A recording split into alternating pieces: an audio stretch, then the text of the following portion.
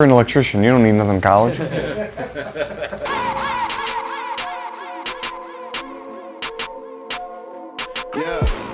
they see me shining and I'm popping, but I came from the darkness. They don't know what I did to get about it. Well, you should know about it, yeah. Know what I'm trying to accomplish, but all they ever did was doubt it. But God got me through the nonsense. You should know about it, yeah. I enjoy building something and competing. Competing fiercely is a blast. This man you see right here said that once. This man would do it all to win. Business isn't always pretty, and oftentimes you have to roll back your sleeves, get your hands dirty, even if it's a holiday. Come on, am I catching you at a bad time? I know our system automatically rescheduled it for the next business day morning, but things are a little hectic and crazy right now. Yeah, Jordan will be able to handle that for you. I'm sending Jordan back. We had a little team group chat going on about why we're running calls on the 4th of July. Hey, installers should still be using the $0 sold estimate.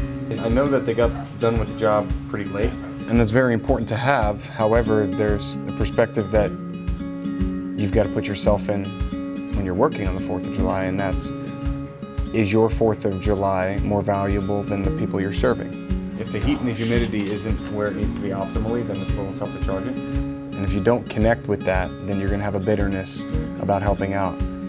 Hey, what's going on with this guy with the panel? He said you never called him and told him he got approved, and you're talking about on the same, right? They're like the four switches. All right. Spends all day just picking up the messes. Yeah, they're gonna be messy until they put a process in place.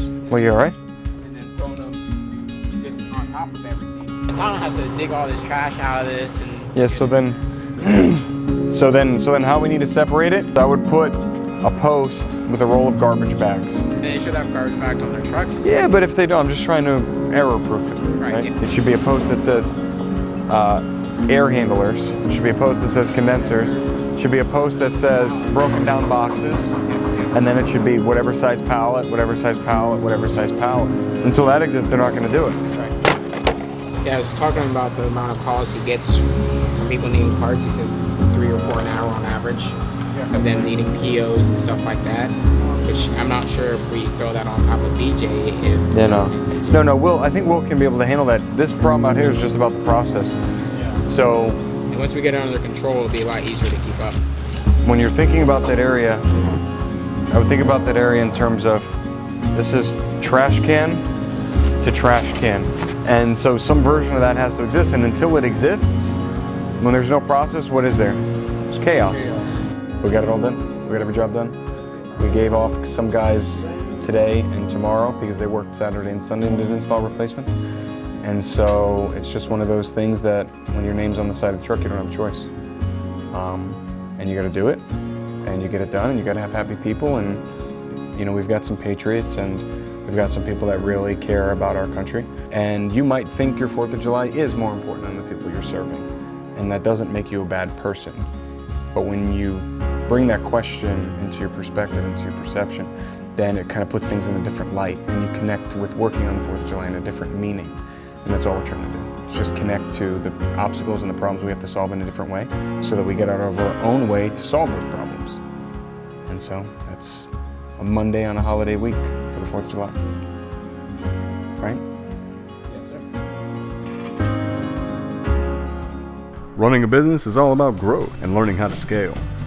When you can trust people to communicate effectively in your business, you've taken a fundamental step towards success. I think it's very important that the teams you start, as you scale and get new divisions, I think it's important that they're hired, fired, managed, built around the culture of the ultimate organization. And so I built every team here. That was the toughest team to build. That was like day one Bruno era when I first had to build. But it was actually more difficult because when I started HVAC service and replacement, I did with 2 very close friends that were in fine dining. So they knew what we wanted and we ran through the walls together. But starting plumbing, I mean, but that's what it is. You know, the reality of when you have the customer experience held in the highest regard and you have the highest expectations, most people on this planet can't conform. Deanie, hey, how you doing? Is Rita there? They can't get out of their own way. And so it's pretty par for the course to where we hired 50 people to keep 12. We got 12 now. I'm passing it off, just passed off the leadership to one of our most seasoned guys, a guy that's been with me for a long time. He's really helped me set the culture of the team. He gets what we want. He holds the customer experience in the highest regard. He knows how to charge. He knows how to communicate. He knows how to fix problems when there are problems. And so I'm happy to pass it off to him. He's a rock star. And I'm happy to be a part of building that early team. And gotta get the phone.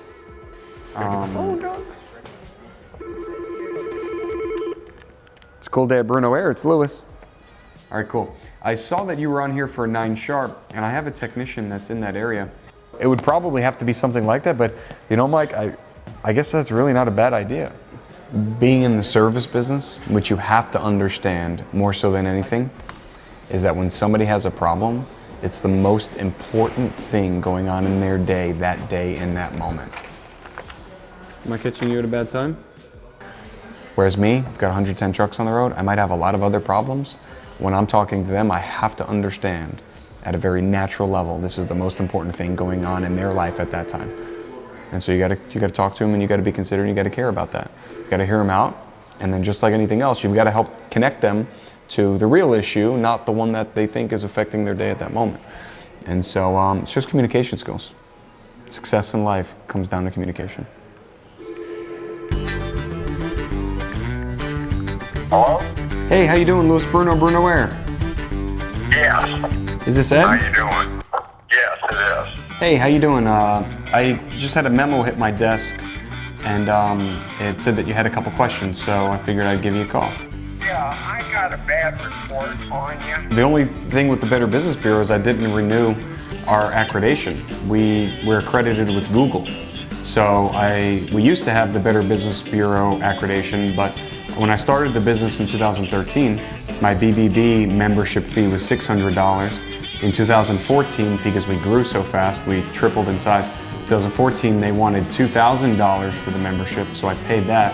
2015, they wanted $7,000 for it, but then and I still paid that, and then when 2016 came, they wanted $40,000 for it. I said, look, I'm not gonna pay you 40 grand for that accreditation. Well, let me ask you a question. How does it make you feel that you didn't even call in with a complaint? I just have a memo on my desk that you had some questions. And so how does it make you feel that I didn't even know it was related to a sale? I just thought a customer had some questions, so I figured I'd call him back. I mean, it should make you feel pretty good that just some questions get you a phone call from the owner. Imagine if something went wrong. You know, I'd be all over it. People being people are what can make and break you. And there are some hard choices have to be made. And if you're not savvy, you might not know things don't always end well. I'm coming in now. Yeah, so what's this about? So my first call Monday, I went out to Mr. Mike's house. It was a service call. The lady kept telling me, you need to check the thermostat. You need to check the thermostat. The reason it's not working is the thermostat. The last technician out here told me I needed a new thermostat. And I said, okay, so if it was a bad thermostat, why didn't you do it? And she said, well, the reason I didn't put in a thermostat was because your technician told me that it was X amount of dollars to do it through the company, or I could come out on a Saturday and I could put it in myself. He told me that if I buy the thermostat, he'll come back out and pay me on the side to do it. It needs to be so black and white, like you heard the other guy talking about. I mean, those are the right answers. Whether or not he does it, I don't know. But it needs to be so black and white that it can't be accepted. Otherwise, it just riddles through the culture. I mean, I've had it before, where I gave some gray area, and I had to fire 40 guys at once because of it. I mean, this is why it makes it such a tough decision, because it's bigger than this one instance. So when I start the convo, I'm probably gonna say, let me see your keys and let me see your phone. And then we'll go through his truck and we'll box up. I want to stop letting go of people to where they can just like wander here and have their phone and have their keys and stuff. So then we'll just need a car to like send him back to his house. It's probably not right to order an Uber because they have to sit here. No, usually I get the Uber, it's here within 10 minutes. So when I've done last one, as we were having the conversation ended, I initiated the Uber then, and the Uber was here within 5 to 10 minutes of that. So then it was just, that time got taken off with them taking their tools off of the truck. All right, so then I'll just hang out you. But yeah, I don't want anybody to be removing their stuff off the truck anymore. We'll do that as we decommission it. There's no more blend. You're fired. You go home. You get your stuff later. Okay. I just think it's a precedent thing we have to do. I think I'm just gonna let the guy go.